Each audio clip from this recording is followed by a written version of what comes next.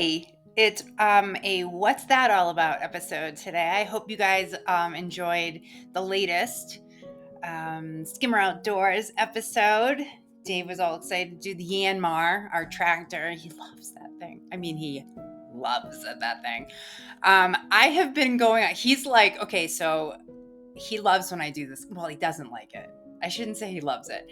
He gets a kick out of it when I do the stories that I'm doing right now. I'm on a little bit of a like notorious women who murder or women who were murdered, like just notorious murder cases that one of them I'm doing like today's of assault. The other one I'm doing after this, which is like, I guess you could call it like a part 2, but it's a totally different story, but it's still technically unsolved. But this first one, I have to warn. Like I had to put a warning on the little thumb for the video because I'm a little concerned that it may offend some people. So I definitely wanted to at least make note of it. Okay. Well, I mean, just the title of it, Bon Appetit, a brutal slaying made to order, or whatever I put. You're never going to believe. Okay, so I'm just going to start because this woman is wretched, okay? Catherine Knight was born, I should say, she's got like the odds stacked against her in spades, okay? So Catherine Knight, all right, she was born October 24th, 1955 in Tenterfield, Australia. Okay. She was the result of a torrid affair between her mother, Barbara Ruffin.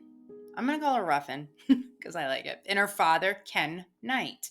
Ruffin, or Barbara, her mother, was already mother to 4 boys with another man, but in a sick twist, the man that she had the affair with, she met through her husband. Oh, what a woman. So, at the time of the affair, Catherine and her family were living in a very small conservative town. And needless to say, the rumor mill did not fare well for Barbara. And you can imagine that when Catherine was born, everyone knew she was conceived through this torrid affair. So she sort of like had the reputation before she even set foot into this earth. I mean, you feel bad to some extent because sometimes you really are a product of your surroundings and the parents who brought you in, right? So anyway, Catherine, being born in the manner in which she was by no fault of her own, as I mentioned, didn't have a healthy appetite, healthy childhood, to say the least. Her father was a horrible drunk, and she actually saw repeatedly him rape her mother. I mean, that is going to mess you up, and it's going to make you hate men a lot, right? You're not going to trust them at all. Anyway, Catherine also later claimed that she was sexually assaulted until the age of 11 by other family members. It's like what is that like? Strike 1, 2, 3, 4, 5. I mean, my God, you take your pick at this point. So when she started school, and for most of her years when she was in school, she was known as a bully, and she terrorized smaller children. Okay? And she ended up quitting school at 15 and going to work in a clothing factory. But a short year later, I should note, she never learned to read or write either. But anyway, at the tender age of 15, she decided that the clothing factory was not for her. And she got her what she called her dream job. Oh my God. She would be working in a slaughterhouse cutting up the internal organs of animals. If I had like a huge red flag, I would be like, flag on the play. Okay, a book was written about Catherine Knight by journalist Peter Lalore. In it, he wrote, she loved her job so much that she hung her first set of butcher knives over her bed just in case she needed them. Oh my God. Okay, now for me, over my bed, let's see, a piece of art. in one of my bedrooms. It's pictures, no butcher knives. I'd be afraid, honestly, of like having, I don't know, like a really animated dream and somehow like knocking one loose and just like kind of decapitating myself. But anyway, that's just me. So I'm going to summarize for you a little bit of the life that she led, because if I went into too much detail, honestly, we'd be here for days. All right. Now, even though I find this stuff like morbidly fascinating, I don't know why. I think because deep down I always wanted to be like detectives, CIA, FBI, NSA, something in the realm of like Law and Order. But anyway, Law and Order. Okay. As her life progressed, I literally numbered them because I had to keep track. There's a lot for her. So while working at the butcher shop, okay, she met a man named David Kellett, who I think I have a picture of, and he was a raging drunk, just like her father. Now, when they would fight, because they had fist fights, she would fight back. He quickly realized that she was dominating him. Yeah, I'm not sure how many men would appreciate that, but in 1974, while he was drunk, and after getting a warning from Barbara, Catherine's mother, saying she is more trouble than she's worth, she's capable of a lot of bad shit. Yeah, they married anyway, but he remained drunk for most of their marriage, just as an FYI. Now, they even went on to have 2 daughters together. Yeah, let's bring children into this. That's great. On their wedding night, they consummated their marriage 3 times. 3 was not the charm for Catherine. She wanted a 4th. David refused her. She began to strangle him on their wedding night. Okay, all right, that's not ideal. Okay, he fought her off, and the union miraculously or disastrously, sounds like more of it, lasted for 10 years. And again, like I said, David was drunk for most of it. It's the only way you get through. Now, he was unfaithful quite a bit, just to like, I think, not going to make excuses for it. He was a drunk, made bad decisions. Anyway, obviously, he made a huge bad decision, but in one instance, upon learning of one of his affairs, Catherine placed their 2-month-old child on local train tracks and waited for the train to come. Thankfully, a train never came, and the baby was not hurt, thank God. Now, Catherine was diagnosed with postnatal depression. Nuh-uh. And after witnesses saw her swinging and violently pushing her second child in a stroller down a very busy street, she actually had to go and spend a few months in a psychiatric hospital. Now, upon her release, which I'm still like mortified about, David took her back momentarily. Not long, but he did take her back. Now, he did finally separate from her, but she went into like a deep depressive state. And shortly after their breakup, she kind of rebounded right away in 1986 with a minor named David Saunders. Okay. This relationship turned toxic very quickly due to Catherine's instability. No. And she even cut the throat of his pet dingo, this guy, Saunders, in front of him. And he stayed with her. I would have ended that bitch. Let me tell you something. Anybody who hurts animals? Nope, you won't last around me. Ridiculously, or maybe out of fear, Saunders stayed with her, even having a daughter with her. What is this? I mean, why do they keep bringing more kids into this? But he did leave shortly after, and when she tried to kill him with scissors. So that was his limit. Okay, she's trying to kill me with scissors. I gotta go. Then came John Chillingworth. They were together 3 years. Catherine had her first son, Eric. Yeah, more kids. More kids. What are we up to now? A softball team? And even though there was no evidence that seemed that there was any violence going on in this relationship, Chillingworth left her after he learned that she was having an affair. So this time, Catherine was having the affair. Okay. This brought into the picture of soon to be doomed John Charles Thomas Price, pictured somewhere. Now, they moved in together in 1995. Now, things seemed to be going swimmingly until Catherine suggested marriage, and Price declined.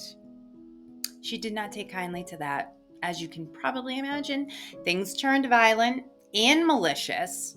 She framed Price for stealing from the company that he worked at, and he got fired. That witch. All right? Now, they broke up, made up, bunch of that stuff, right? But Price he declined to have her officially move back in, but she sort of came and went as she wanted, right? Now, in February of 2000, an argument resulted in her attempting to stab him in the chest. Anybody seeing a pattern evolving here? Yeah. Price took out a restraining order on her because he had two other grown children that were living with him, so he wanted to protect them. But honestly, I don't think anything would have stopped this woman at all. Now, at this time, Price had told his coworkers, because he had gotten another job, that if he ever went missing, it was because she killed him. So on February 29th, leap year, of 2000, Price came home, did his usual, checked in with the neighbors to see if there was anything that happened around the house, because, there was that restraining order, but it was pretty loosely enforced. He did his routine. He went to bed at 11. Catherine then showed up at the house shortly after, made herself some dinner. She showered, woke Price up. They had sex. Okay. And then Price went back to sleep. That was probably the hugest mistake of his life. Don't ever take your eye off her. Then Catherine took a butcher knife from beside the bed, which she always had a collection there, and stabbed him. Not once, not twice. 37 times, people. 37 times. Now, according to the evidence, he did wake up during the attack, but he lacked the strength. He couldn't even, at that point, she had devastated his body too much. Now, this is where I'm going to put in the strongest warning about this video. So honestly, either stop. My dog's even barking. I don't know what she's barking at. Probably cows or an antelope. But okay, prepare yourselves. What came next is beyond. And when I say beyond disturbing, I know I say that a lot, but this is... Catherine dragged Price's body downstairs, skinned him, okay, and hung his body from a meat hook in the living room. Who has a meat hook in their living room? I mean, there's strange decorum out there. I know that. People have strange tastes, but a meat hook? Oh my God. Oh my God. Anyway, she then, oh my God, then she decapitated him, okay? Cut up pieces of his body, and just like she would do if she was at work, cutting up an animal. And she cooked up a dish with none other than potatoes, pumpkin, beets, zucchini, cabbage, squash, and to top it off, some gravy. Make it go down easier. She even made herself a dish, but the police, upon discovering the scene, discovered mostly a full plate, which was hers, in the trash. Now, she then laid down, she threw out her meal. She then laid down next to the headless corpse, took a bunch of pills, and passed out. Price's co-workers, when he didn't show up for work the next day, did in fact call the police, told them what Price had said to them, so the police went for a welfare check. Oh my God, can you imagine walking into this? So they walk in, it's a bloody disaster. And to top it off, Catherine was taken to the hospital. She's in a coma. Okay. In the kitchen, the police found Price's head boiling in a pot. And oh my God, this is the worst. I think this might be the worst part. There were 2 full plates that I think I'm showing you, with pieces of paper that were actually the names of Price's two children, so that she labeled who the dishes were for. They were basically being served their father and a bunch of vegetables. Isn't that considerate of her? So, anyway, despite her claims after she awoke from her coma of having no memory of the brutal, ghastly murder, she was totally convicted like that. And in October of 2001, Catherine changed her plea to guilty, even though she still to this, she just kept claiming her innocence. In her court papers, the judge made sure on them they said never to be released. And this is where the historical part comes in. For the first time, not as if the fucking whole story isn't historical, but for the first time in history, a woman in Australia was given life in prison without the possibility of parole ever. Okay? But like I said, to this day, she still doesn't admit that she remembers anything and that she didn't do it. What? Ugh, disgusting. It's such a messed up story. And forgive my morbid curiosity, but I can't help myself. Do you like stories like this? Like, leave a comment if you're like, okay, you derailed. Or like, get some more like this. This is cool stuff. I like hearing about it again. Because it is, we have morbid curiosity about things, right? So until next time, I swear I would say it's going to be better, but it's pretty brutal, the next one. So tune in for that. And I hope until then you are staying happy and healthy, and stay weird, stay weird, it's centered, and take good care. Okay, bye.